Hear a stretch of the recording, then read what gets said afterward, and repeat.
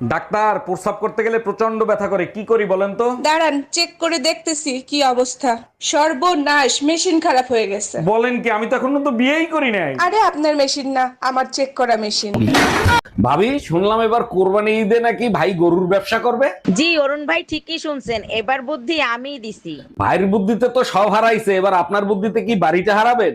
এবার ব্যবসায় লস হবে না, কারণ কুরবানির গরুর সাথে গ্যাস সিলিন্ডার ফ্রি দেবো। ভাইজান, শুনলাম আপনি নাকি 2 লাখ টাকা দিয়ে কুরবানির গরু কিনছেন। জি ভাবি, ঠিকই শুনছেন। এই যে সামনে রাখা আছে, অনেক সুন্দর না? এই গরুর দাম তো 50,000ও নাই, আপনি 2 লাখ দিয়ে কিনছেন কি দেখে? আরে ভাবি, গরুর চেহারা দেখে তো গরু কিনি নাই, পিছে তাকায় দেখেন ওর পাওয়ার ব্যাংক দুইটা দেখে কিনছি। ভাবি, শুনলাম ভাই মারা গেছে, কি হয়েছিল? কাল রাতে বললো সিল্কি আমার চশমাটা দাও। বুঝলাম না, চশমা আর মরার সাথে সম্পর্ক কি? আমার নাম তো সিল্কি না, আমার নাম মিল্কি। ও আচ্ছা।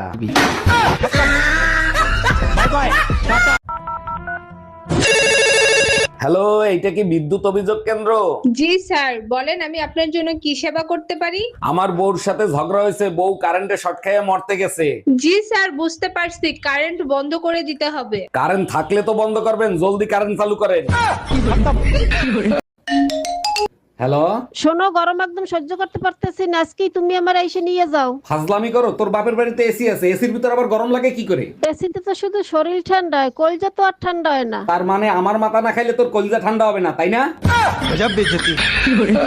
কুরবানির গরু কিনতে গেছিলাম, 1.5 লাখ টাকা কইছে, আমি 30,000 টাকা কইছি, দিলো না। তোমার কপাল বলো গরু কথা কইতে পারে না, তা নাইলে তোমার খবর ছিল। যদি গরু কথা বলতে পারতো তাহলে কি বলতো? এ সুসলা বাপারি, তুই কি গরু কিনতে আইছো না পোল্ট্রি মুরগি? সত্যি করে বলেন তো, আপনি কি ডাক্তার নাকি হাতুড়ে ডাক্তার? আরে অরুণ সাহেব, এত রাগ করছেন কেন? কি হয়েছে আমারে খুলে বলেন। পোকায় খাইছে উপরের দাঁত, আপনি নিচের দাঁত তুলে ফেলাইছেন কেন? পোকায় নিচের দাঁতে দাঁড়ায় উপরের দাঁত খাচ্ছিল, এখন আর দাঁড়াতেও পারবে না, খাইতেও পারবে না। ডাক্তার, প্রস্রাব করতে গেলে প্রচন্ড ব্যথা করে, কি করি বলেন তো? দাঁড়ান, চেক করে দেখতেছি কি অবস্থা। সর্বনাশ, মেশিন খারাপ হয়ে গেছে। বলেন কি? আমি তো এখনো তো বিয়েই করি নাই। আরে আপনার মেশিন না, আমার চেক করা মেশিন। আজ 5 বছর পর আমার স্বামী বিদেশ থেকে ঘরে ফিরবে। লালি, আরে লালি, চোখ বেঁধে রেখেছো কেন? তুমি যেদিন থেকে বাইরে গেছো আমি সেদিন থেকেই চোখ বন্ধ করে রেখেছি। তার মানে 5 বছর চোখ বন্ধ করে রেখেছো? কিন্তু কেন লালি? স্ত্রীর চোখ শুধু স্বামীকেই দেখার জন্য, এই চোখ দিয়ে অন্য পুরুষকে দেখাটা যে পাপ। আরে পাগলি, স্বামীকে যদি মন থেকে ভালোবাসো, অন্য পুরুষকে দেখলেই বাকি। না, অন্য পুরুষকে দেখলে আমার সারা গাহক পা কিরম একটা হয়। লালি, তুমি না সাক্ষাৎ সতী। চলো না একটু ঘরের ভেতরে। আস্তে টেনো না, পেটে বাচ্চা। কি করে? কে? আমি তো 5 বছর বাইরে ছিলাম। বলতে পারবো না গো, আমি তো চোখে দেখি না।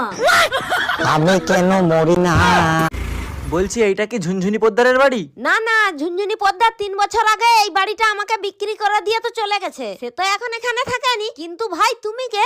ঝুনঝুনি পোদ্দারের নামে একটা পার্সেল ছিল, পার্সেল দিতে আসছি আমি।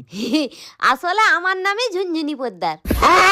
আসলে আমি ভাবছিলাম তুমি কিস্তিওয়ালা, লোনের টাকা আনতে আসছো।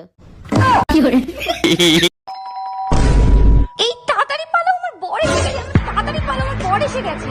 1 মিনিট, তোমার বর তো আমি, তুমি আমাকেই পালাতে বলছো কেন? আচ্ছা, তুই যদি আমারই বর হলে পালাচ্ছিলি কেন, বাজে ছেলে একটা?